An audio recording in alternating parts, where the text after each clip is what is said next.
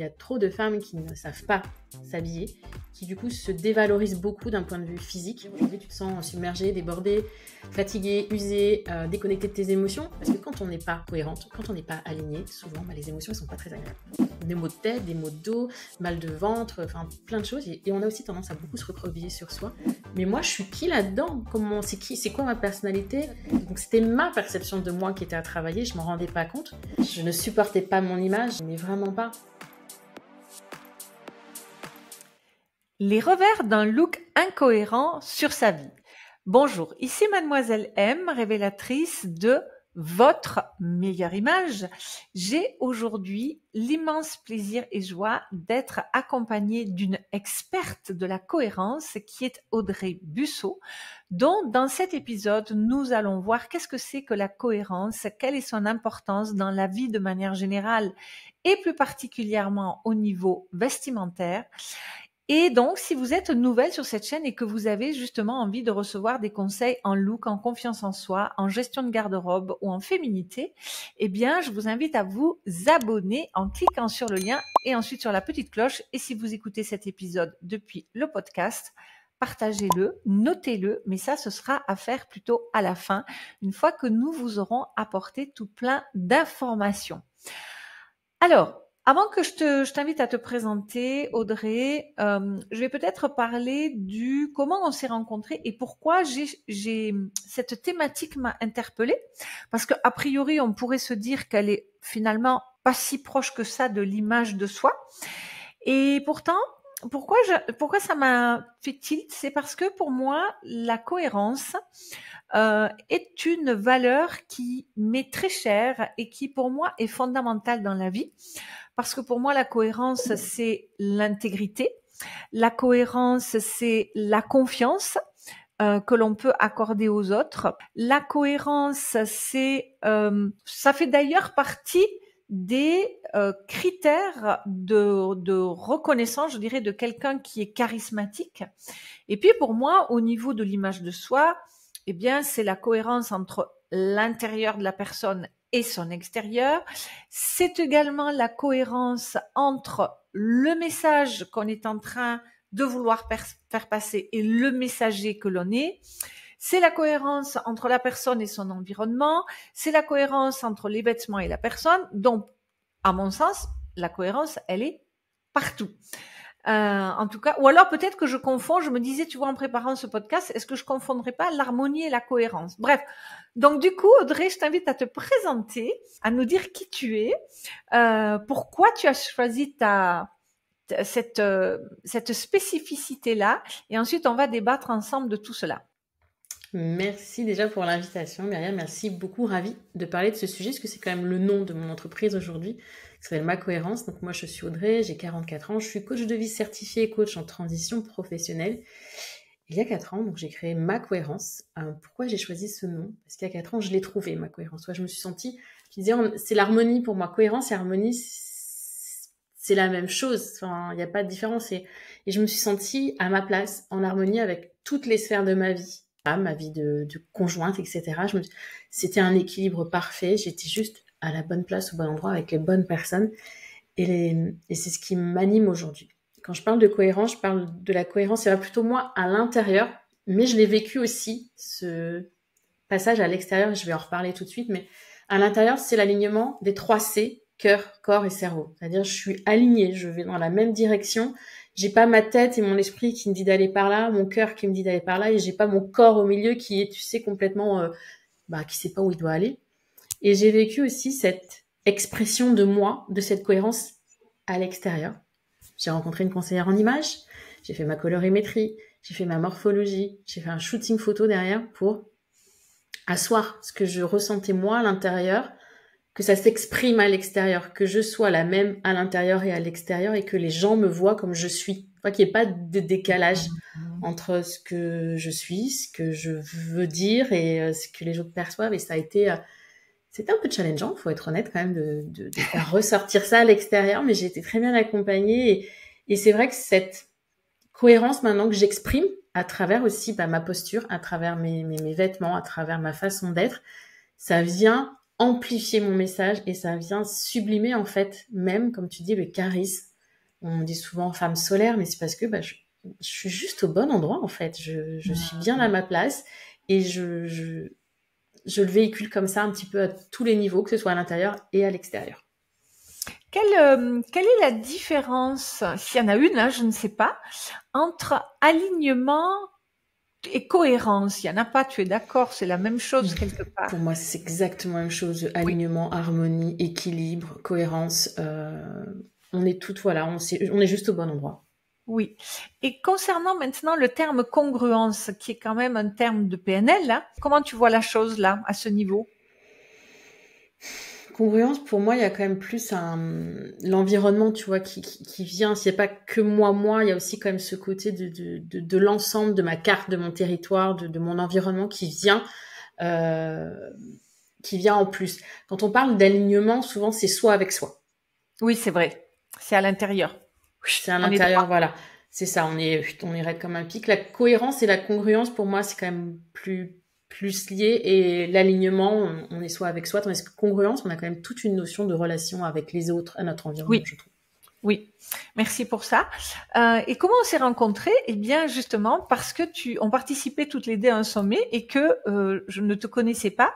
Et lorsque j'ai appris que que tu parlais de cette thématique-là, je me suis dit, oh là là, j'ai envie de faire un podcast sur cette thématique-là. Et du coup, je me suis dit, il y a également une cohérence entre ce que tu fais et ce que je fais. Toi, tu le fais à l'intérieur, comme tu le dis si bien, et moi, je le fais à l'extérieur. Donc, parle-moi peut-être tu disais que tu avais fait une expérience de conseil en images. Comment ça s'est passé pour toi? Et bien que tu l'aies un petit peu évoqué, est-ce que tu pourrais aller un petit peu plus dans le détail de ce que ça t'a apporté après concrètement je sais pas, même dans ton travail, dans tous les domaines de ta vie? Dans tout. Ça a été pour moi, en fait, j'ai fait ce travail, à la base, c'est pour mon entreprise, mais au final, c'était pour la femme que je suis. Initialement, c'était pour me changer mon image. J'avais l'impression que ma communauté me voyait comme une femme enfant, plutôt que comme une femme solaire, ce que je voulais être. Donc, j'avais besoin de faire ce travail en me disant, bon, je vais travailler ma colorimétrie, je vais mettre des couleurs qui vont me mettre plus en avant. On en a tout refait, on a fait ma colorimétrie, ma morphologie, mais on a refait aussi l'identité de ma marque qui correspond à ma propre colorimétrie. Donc tout est cohérent, du coup, tu vois. Et ça a été pour moi le déclencheur, parce que j'ai informé ma communauté me dit, Audrey, on te voit déjà comme cette femme. On te voit déjà. Donc c'était ma perception de moi qui était à travailler, je m'en rendais pas compte. Et ça m'a apporté en fait de me révéler à moi-même.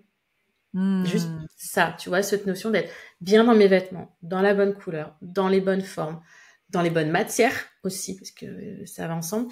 D'apprendre aussi, c'est moins prise de tête quand même que de pas savoir ce qu'on va se mettre le matin. Je gagne quand même beaucoup de temps et beaucoup d'énergie parce que j'ai une garde-robe beaucoup plus restreinte, mais qui me correspond à 100%. Je peux varier les hauts et les bas. Enfin, c'est beaucoup plus cohérent dans ma garde-robe si on va loin. Et ça m'a fait gagner beaucoup de temps, moins de stress, une meilleure image de moi quand je me regarde le matin dans la glace. Et il faut dire quand même qu'honnêtement, je me vois tous les jours sur Zoom ou sur vidéo, donc c'est aussi voilà un poids. Et puis ça m'a rapproché de ma communauté aussi, qui m'a vu, tu vois, changer, évoluer moi-même dans mon positionnement, dans ma posture. Et j'ai fait 3 shootings photos au final pour vraiment m'asseoir moi, me rendre compte, tu vois, que la photo, c'était vraiment l'image que j'avais de moi. J'ai dû faire 3 fois ce travail. Pourtant, photo, à l'adolescence, si on voulait me prendre en photo, j'étais capable de casser un appareil photo. C'était pas gérable. Ah ouais. Oh là là! Je ne supportais pas mon image, mais vraiment pas. Donc là, de travailler avec des professionnels sur déjà ce qui me va, ce qui me correspond, plus après avec une photographe professionnelle, ça a tout changé. Et là, le dernier shooting, je l'ai fait en juillet cette année. Quand j'ai vu les photos, je dis mais c'est moi. Il y a plus le filtre. Il y a plus c'est cette image-là que je donne. Non, là, c'est moi. Et maintenant, je suis juste bien avec moi, en fait. Il y a pas mieux que ça. Tu as mentionné une question de branding et c'est vrai que quand j'ai introduit l'épisode, j'aurais aussi pu dire la cohérence entre la personne et son branding. Et c'est vrai que pour moi, lorsqu'une personne doit retravailler son branding, souvent ce qui se passe, dans 99% des cas, on commence par le branding corporate, tu vois, et puis si on y pense, on s'occupe de l'image du fondateur, du CEO, de l'entrepreneur, de l'indépendance qu'on veut. Et pour moi, c'est pas du tout le bon ordre puisque, comme tu l'as fort justement dit, pour moi, le branding, il vient après le travail sur la personne qui est l'image de la société, puisque je vois pas comment, par exemple, on peut parler de cohérence et d'harmonie si, par exemple, le graphiste ou la personne qui s'occupe de ton branding dit que tu vas aller dans tel style, telle couleur, et qu'au final, si après tu fais un travail sur ton image, on n'est pas du tout dans le même registre. Donc là, déjà, on est mal barré, excuse-moi, mais après je veux dire, tu vas apparaître dans tu vois, dans tes brochures, ton site internet, etc. Bah déjà, il n'y a pas de cohérence. Donc pour moi, un travail de branding, il commence par la personne et ensuite à partir de la personne, eh ben il va s'étendre sur la société. Et ça ne veut pas dire que c'est nécessairement exactement la même chose, mais chercher au moins à avoir une harmonie entre les deux, quoi. En général, les gens ils raisonnent pas comme ça. Hein. Ils raisonnent pas du tout comme ça. Et donc, Audrey, qu'est-ce que les gens viennent chercher chez toi? Parce que on pourrait se dire, ben, je veux dire, à nouveau, quand on va mal, on va pas se dire dans sa tête, j'ai besoin d'être cohérente, tu vois. On va, tu vois, on va se dire, mais je vais être plus heureux. Enfin, tu vois, j'ai besoin d'avoir plus d'énergie, plus de, voilà, de bien-être, etc. Donc, comment tu attrapes les gens à travers cette valeur qu'est la cohérence? Via l'équilibre de vie, tu vois, via cette possibilité en fait de se dire aujourd'hui tu te sens submergé, débordé, fatigué, usé, déconnecté de tes émotions. Il y a des outils, il y a des choses qui existent en fait pour reprendre place dans ta vie, te remettre à ta juste place et être, te sentir bien. Moi je le vois comme ça, c'est reprendre la place dans ton temps, gère ton temps, mets au cœur de ton temps l'important. Et une fois que tu as mis au cœur de ton temps l'important, ça va tout de suite aller beaucoup mieux. Donc moi, je passe beaucoup par cette gestion du temps, par l'organisation et aussi par les émotions. Parce que quand on n'est pas cohérente, quand on n'est pas aligné, souvent, les émotions ne sont pas très agréables. C'est sûr. C'est sûr. Donc je passe par là. Et justement, quand on n'est pas cohérent, quelles sont les conséquences à tous les niveaux, sur tous les pans de la vie? Sur tous les pans de la vie, ce sont déjà des émotions désagréables, la frustration, l'amertume, la colère, qui font qu'on n'est pas bien. Ça peut être aussi, je m'éloigne de certaines personnes, je me renferme sur moi-même, je suis négative, perte d'énergie, perte de sens, toutes ces choses-là. Mais ça peut aussi aller beaucoup plus loin. Burn-out. Je suis pas bien, je suis pas à la bonne place, je suis pas au bon endroit, je m'épanouis pas, mais je ne m'écoute pas. Qu'est-ce qui va se passer au bout d'un moment? C'est un cercle vicieux qui va s'installer. Je vais me lever, je vais pas être ok, je vais à lutter un peu contre moi en fait. Je fais faire des choses à reculons, donc je prends plus mon énergie et plus je vais prendre mon énergie à un moment donné, le corps il dit stop. Des maux de tête, des maux de dos, mal de ventre, enfin plein de choses et on a aussi tendance à beaucoup se recroqueviller sur soi. Parce que on n'est pas bien, tout simplement. Oui.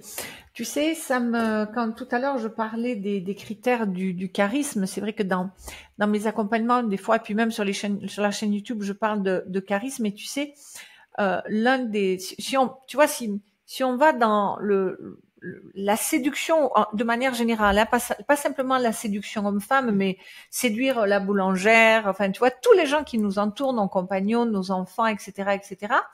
Et tu vois, la séduction, c'est un mot qui peut qui peut prêter à confusion parce qu'il y a des gens qui vont dire séduction, manipulation, tu vois. Donc c'est pour ça que je dis toujours, il y a la bonne séduction et la mauvaise séduction. Le mauvais séducteur, on voit à quel point il est manipulateur et donc incohérent parce que en fait, lui, il a un objectif dans sa tête.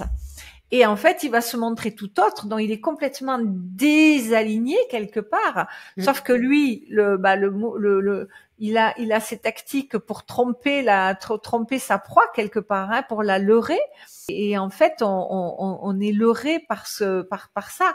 Et à nouveau, quelqu'un ne peut pas être, je pense, charismatique ou un bon chef ou un bon leader ou quoi que ce soit s'il n'est pas cohérent entre ses valeurs, ses idées, ses actes, ses paroles. Quelqu'un qui dit quelque chose et qui fait autre chose, il n'est pas cohérent et c'est pour ça que c'est vraiment quelque chose qui est super important. Tu parlais de burn-out, je pense que, toi, tu dois en savoir beaucoup plus que moi à ce sujet-là. Mais les gens qui sont en burn-out, souvent, ils sont justement désalignés entre ce qui font sens pour eux et ce qu'ils font finalement. Exactement, et c'est ce que tu dis aussi, tu sais, c'est aussi, si je me force à être quelqu'un d'autre, je me force à faire des choses à mon travail, parce que le burn-out, on peut parler du burn-out professionnel, les autres burn-out maternels, familiaux, on en parle moins, mais ils existent quand même. Et je ne suis pas moi en fait, donc je suis pas moi dans toutes les sphères de ma vie, je me force à être quelqu'un, je me force à faire, à dire des choses par peur d'être rejetée, par peur de ci, ou parce que je me connais pas assez bien moi et que les autres ils me disent d'être comme ça, donc je suis ce que me disent les autres. C'est tout, enfin c'est énorme les conséquences qu'il y a. Et comme tu le dis, c'est dans la relation aux autres, c'est je porte un masque. Souvent, enfin moi mes clientes c'est comme ça. Elles portent un masque, elles sont un peu caméléons. Je m'adapte un petit peu à l'environnement avec qui je suis. On peut parler de séduction parce que du coup, bah, en fait, j'essaye de séduire les gens que j'ai à côté de moi pour pas être rejetée, pour être aimée, pour être utile. Et ça coûte énormément d'énergie, ça coûte énormément. Et de ne pas être soi, au final, c'est la question que je pose parfois, mais qu'est-ce qui vaut mieux? Que tu ne sois pas toi et que tu continues à être aimée pour celle que tu n'es pas, ou à être toi et à 100% toi, et à trouver des personnes qui t'aiment pour celle que tu es? Pas simple. C'est beau. C'est beau. Et tu vois, je pourrais faire l'analogie avec le vêtement. Tu vois, des personnes aujourd'hui qui, sans s'en rendre compte, en voulant faire bien, tu vois, vont s'habiller parce que c'est la mode, parce que telle pression, parce que on l'a vu sur l'influenceuse, parce que la vendeuse, parce que la box, parce que tout ce que tu veux. Mais en fait, il n'y a jamais justement de recherche de qui je suis, au lieu de faire du copier-coller de l'extérieur parce que c'est tendance et que c'est le truc du moment. Et en fait, ben c'est exactement ce que tu as dit, c'est qu'au final, ça ne génère que de la frustration parce que tu dépenses, au lieu de dépenser de l'énergie, tu dépenses de l'argent pour te retrouver devant un look dans lequel t'es pas heureux, t'es pas bien, t'es pas aligné justement, et d'où l'importance de dire stop et de faire le point sur soi, quoi.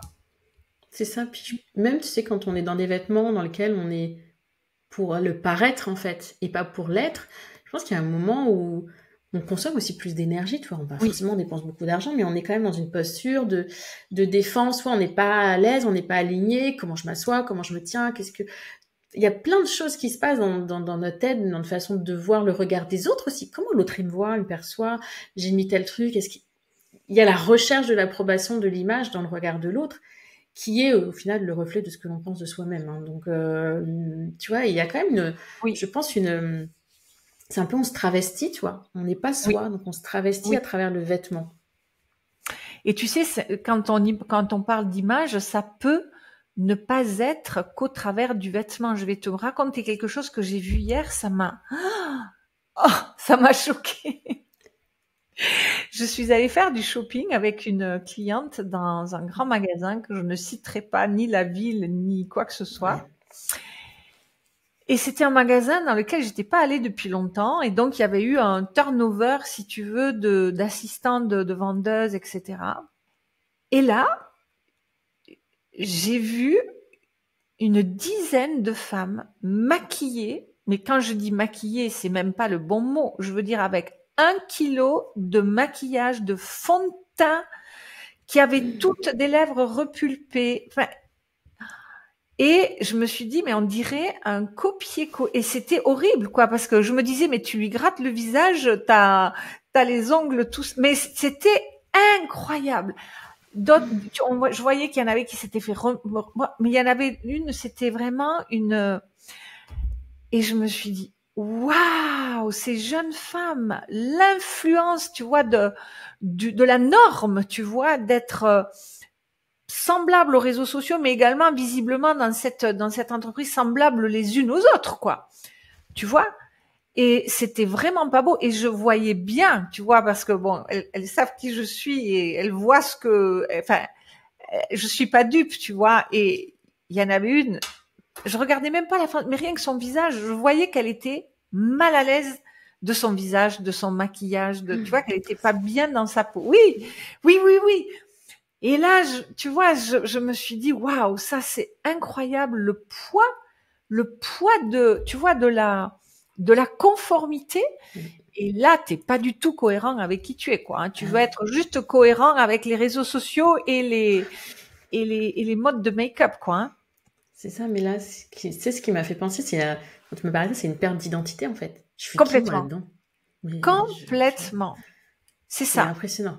Ça m'a fait penser, il y a quelques années en arrière, je travaillais dans une grande marque de parfumerie, je ne citerai pas le nom non plus, et qui, quelques années en arrière, recrutait que des femmes brunes d'une certaine taille, qui devaient porter un rouge à lèvres bien rouge, nanana, et t'avais vraiment, tu rentrais dans les magasins, tu savais que t'avais une femme brune avec un rouge à lèvres, avec un certain style, tu vois, une certaine... C'est la même chose, tu vois. Ils ne le font plus aujourd'hui, tu vois. Ils ont compris, mais là, ce que tu m'as dit, ça me fait vraiment penser, c'est des clones, quoi. Je me Oui. clone, mais moi, je suis qui là-dedans? C'est quoi ma personnalité? On est tous différents. Si on était tous pareils, ce serait triste. Ah ben c'est clair. Ah ben oui, on serait des machines, des soldats, des clones, des... Et là, Oui. c'est ça.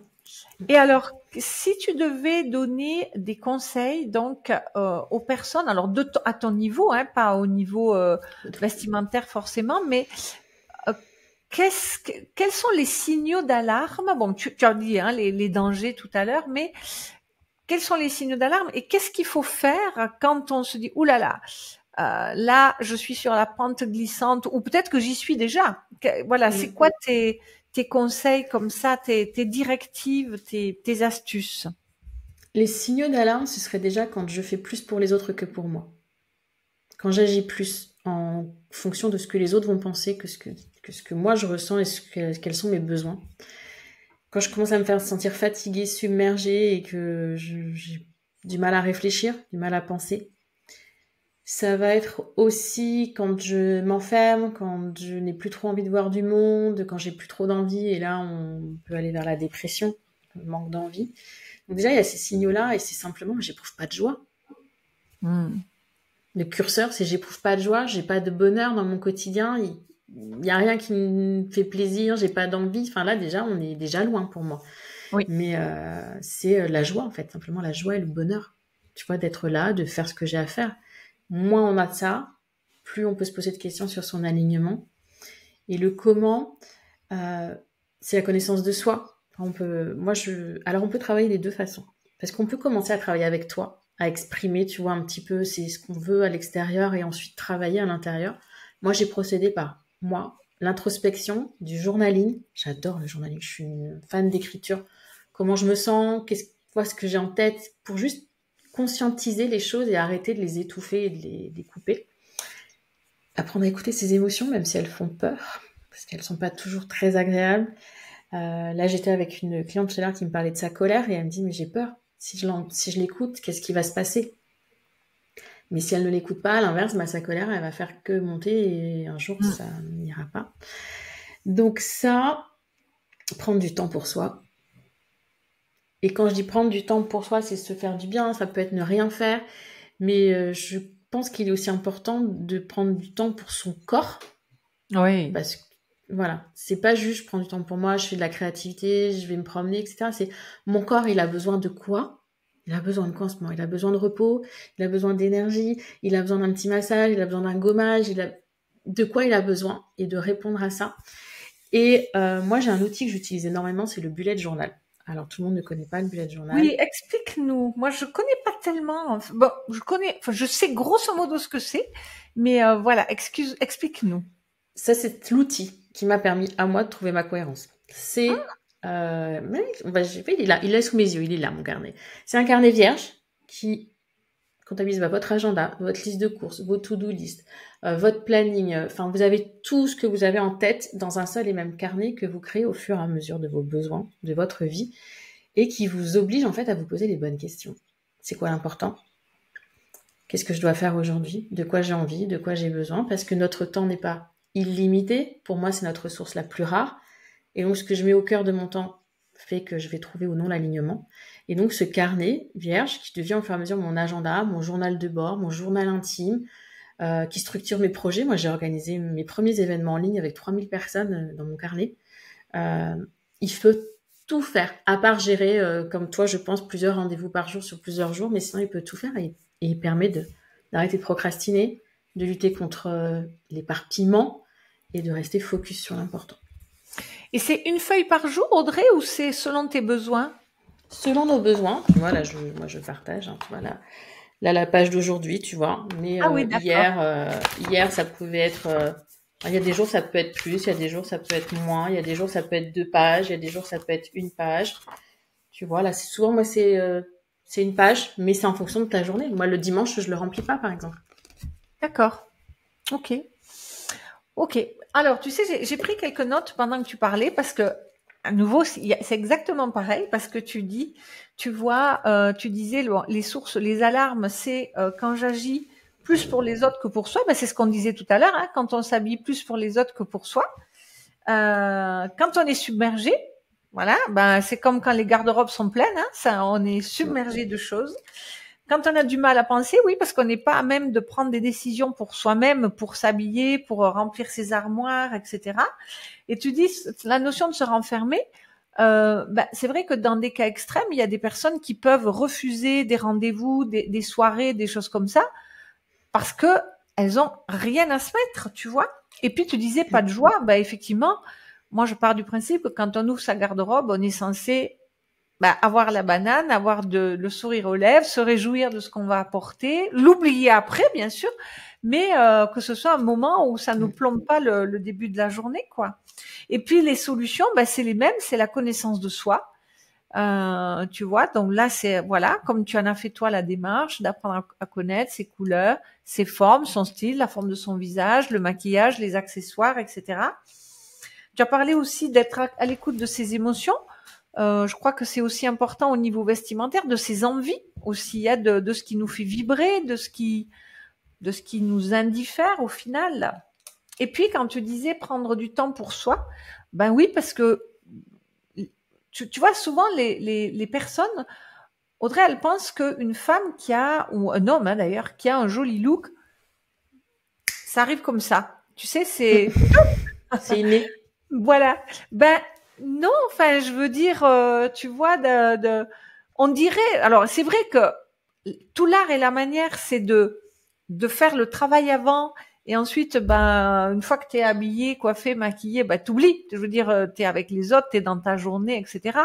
Mais le avant, c'est justement d'apprendre à se connaître, de passer du temps, de savoir faire son shopping, voilà, c'est de savoir comment se maquiller, etc. Puis une fois qu'on sait le faire, ça devient presque automatique, quoi. Mais en général, c'est pas forcément inné comme ça. Tout s'apprend dans la vie, comme tu le sais aussi. C'est marrant que tu parles du shopping, parce que j'ai appris, toi, quand j'ai fait ça, j'ai appris qu'effectivement, il y avait des manières différentes de faire du shopping, clairement. J'allais dans un magasin, je regardais, ça me plaît, ça me plaît. Ah non, je fais plus du tout comme ça aujourd'hui. J'ai gagné un temps considérable et un stress. Moi, aller faire les magasins avant, ça me crispait. J'aimais pas ça. Aujourd'hui, j'y vais avec plaisir parce que je sais quelle pièce je vais acheter. Je gagne du temps, je gagne de l'argent. Enfin, ça n'a rien à voir. Et parce que j'ai appris, comme tu dis, on peut apprendre à s'organiser, on peut apprendre à faire son dressing, comme on peut apprendre à cuisiner, comme on peut apprendre la méthode KonMari pour désencombrer, etc. Tout s'apprend, mais c'est là où on a la gestion du temps. Qu'est-ce que je fais de mon temps et où est-ce que je le mets? Et donc, avant, tu n'aimais pas faire le shopping, et maintenant tu aimes, c'est ça? Ouais. Non, mais quand tu sais, quand t'es pas bien dans ta peau, pas Ouais. bien dans tes vêtements, parce qu'on peut aussi parler, tu sais, des vêtements un peu noirs, un peu amples, qui cachent Ah ton oui. image, parce qu'on n'a pas parlé de ça, mais d'ailleurs, j'ai parlé des masques derrière, tu sais, le sourire. Ça, si, ça va bien. Si, ça va bien. Il y a aussi les vêtements derrière lesquels on se cache Ah tellement. ça c'est sûr. Alors, développe, je te cède la parole. C'est ce que j'ai fait longtemps, me cacher derrière des vêtements, parce que j'étais pas à l'aise. Avant de porter des couleurs plus claires, du camel, je portais beaucoup de noir, de couleurs foncées, de couleurs sombres pour m'effacer, en fait, pour qu'on me voit pas. C'est plus facile. C'était plus facile pour moi d'être celle qui est derrière, celle qui se cache, celle qu'on voit pas, celle qu'on aperçoit pas. C'est encore un peu pas toujours facile pour moi d'être mise en lumière.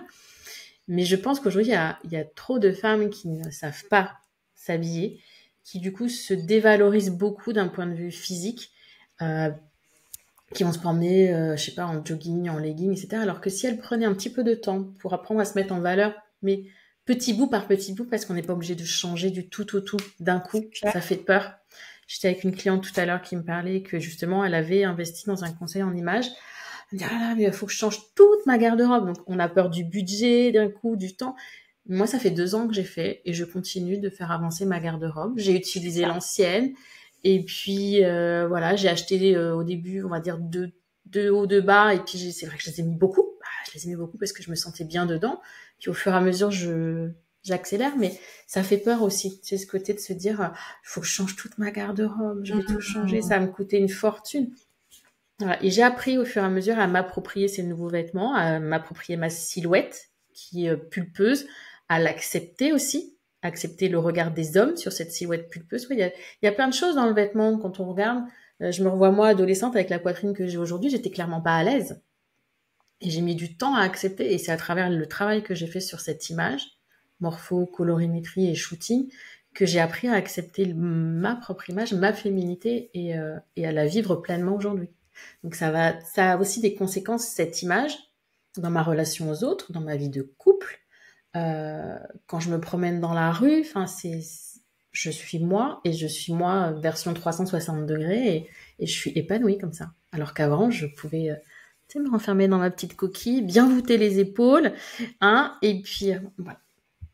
J'allais te dire quelque chose, ça m'est sorti de la tête en t'écoutant. Là, ça m'a fait penser à quelque chose et j'ai complètement zappé, malheureusement. Bon, écoute, ça me reviendra peut-être. Est-ce que tu aimerais amener le mot de la fin par rapport à ce que tu apportes autour de toi et à cette importance de la cohérence que tu as si bien définie, je dirais, au niveau de l'image, comme tu le fais dans ton activité?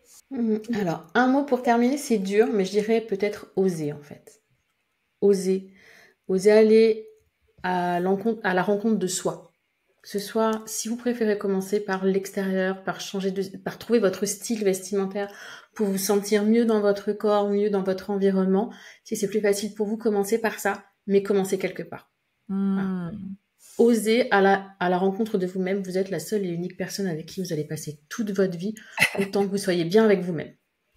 Oui, ça y est, j'ai trouvé. C'est lorsque tu parlais de ta cliente qui avait peur finalement de se lancer dans un conseil en image.